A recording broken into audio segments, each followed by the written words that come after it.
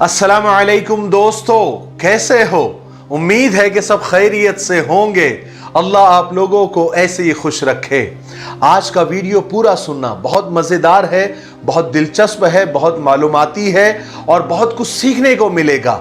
आज का वाक़या सुनकर आपका ध्यान एक ऐसी चीज़ की तरफ जाएगा जहां गफलत की वजह से हमारा ध्यान और हमारी तवज्जो उस तरफ नहीं जाती, जो कि बहुत नाइंसाफ़ी है। इसलिए पूरा वीडियो देखना, छोटा सा है और अच्छा लगे तो इसे आगे शेयर ज़रूर करना।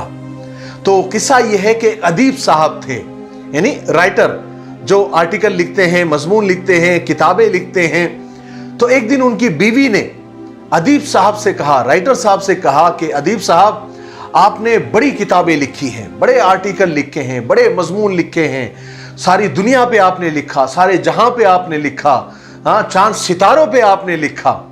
अदीब साहब, जरा हम पर भी कुछ लिखिए, तो मैं आपको मानूंगी कि आप सच में अदीब है, सच में राइटर है।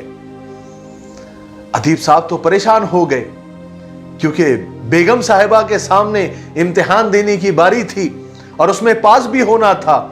और बेगम साहिबा के सामने इम्तिहान देना और उसमें पास होना किसी आईएएस या आईपीएस के एग्जाम में और फाइनल एग्जाम में पास होने से भी ज्यादा मुश्किल और अहम होता है ना।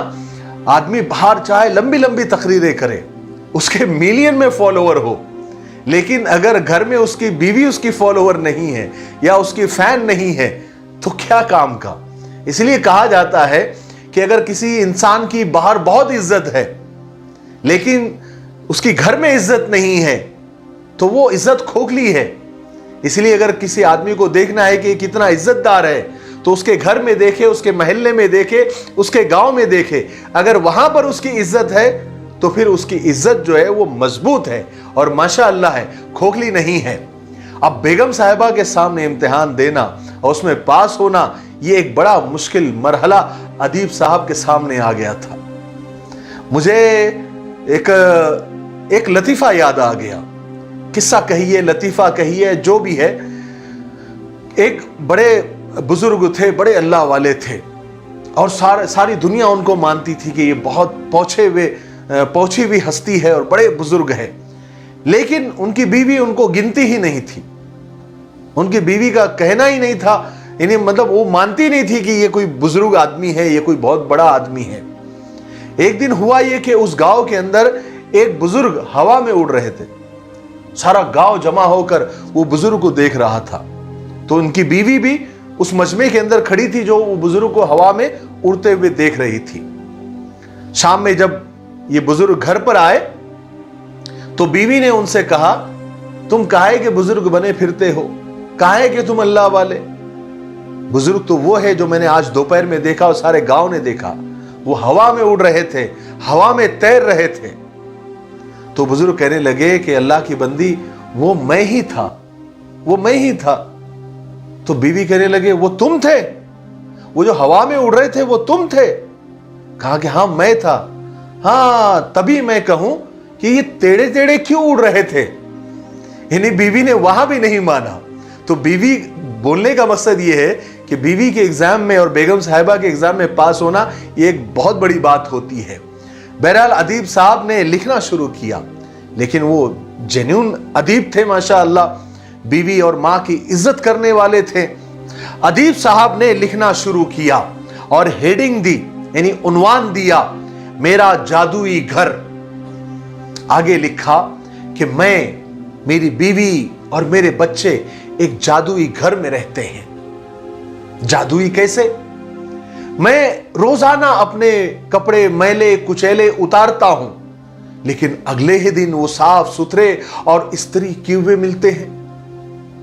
मैं ऑफिस से घर आता हूं, मेरा बेटा स्कूल से आता है, हम हमारे जूते और मोजे इधर उधर उतार कर फेंक देते हैं, मगर अगले दिन वो जूते साफ सुथरे पॉलिश वाले हमें मिलते हैं, हम वो पहनकर जाते हैं।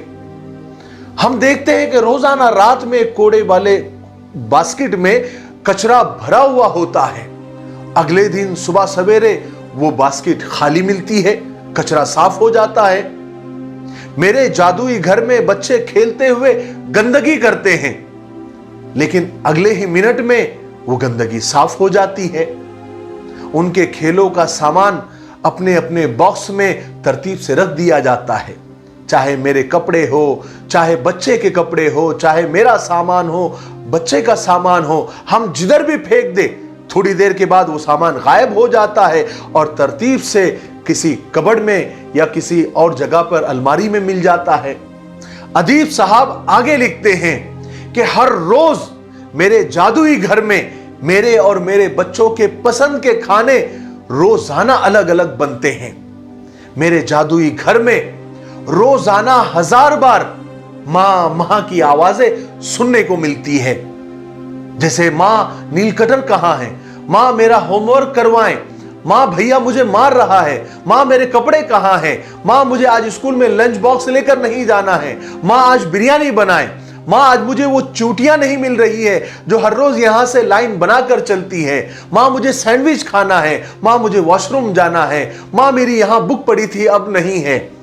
رات کو سونے سے پہلے آخری لفظ ماں اور صبح اٹھتے ہی پہلا لفظ ماں میرے جادوئی گھر میں سننے کو ملتا ہے. قسم خدا کی کبھی بھی کسی نے اس جادو نما گھر کے بارے میں ایسا نہیں سوچا ہوگا اور ایسا متوجہ نہیں ہوا ہوگا. حالانکہ یہ جادو نما گھر ہر کسی کے پاس ہے اور نہ ہی کبھی کسی نے اس گھر کے جادوگر کا شکریہ ادا کیا ہوگا. اس جادوئی گھر کا جادوگر کوئی اور نہیں بلکہ ہر بیوی اور ماں ہوتی ہے جو اپنے اپنے گھروں میں ایسا جادو کرتی ہے. اللہ سلامت رکھے ہر بیوی اور ماں کو جن کے صبر اور نہ ختم ہونے والے کاموں کی وجہ سے ہر گھر میں رونق رہتی ہے.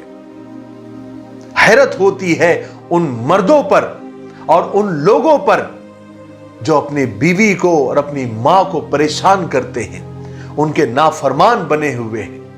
میرے بھائیوں، بہنوں اور دوستوں، گھر کی عورتوں کی عزت کرے، ان سے محبت کرے، ان کی ضرورتوں کا خیال رکھے، انہیں کوئی دکھ، انہیں کوئی تکلیف نہ دے. ظلم تو دور کی بات ہے. وہ عورت ہی ہے، وہ بیوی ہی ہے، وہ ماں ہی ہے، وہ بیٹی ہی ہے، وہ بہن ہی ہے جو گھر کو گھر نہیں بلکہ جنت بناتی ہے اور ایک جادوئی گھر بناتی ہے. صبح سے لے کر تو رات تک نان اسٹاپ کام کرتی ہے، تمہارے لیے کھانے بناتی ہے، تمہاری گندگی کو صاف کرتی ہے اور بدلے میں کیا چاہتی ہے؟ کیا چاہتی ہے؟ عورت دو ہی چیزوں کی بھوکی ہوتی ہے، ایک محبت اور ایک عزت، اور دونوں چیزیں فری میں آپ کو دینا ہے. آپ کو یہ دینے میں خرچ بھی نہیں آتا اور کچھ لوگ اس میں بھی کنجوسی کرتے ہیں. اس لیے جتنا ہو سکے، جتنا ممکن ہو، گھر کی عورتوں کو، خاص کر کے بیوی کو اور ماں کو بھرپور عزت دے، بھرپور محبت دے. ہو سکتا ہے کہ یہی محبت دینا اور یہی عزت دینا تمہیں جنت میں لے کر چلا جائے، اللہ تم سے راضی ہو جائے، اور بے شک یہ ہو سکتا ہے. اللہ تعالی ہمیں عمل کرنے کی توفیق نصیب فرمائے. مجھے امید ہے کہ آج کے قصے سے ہم کو بہت کچھ سیکھنے کو ملا ہوگا.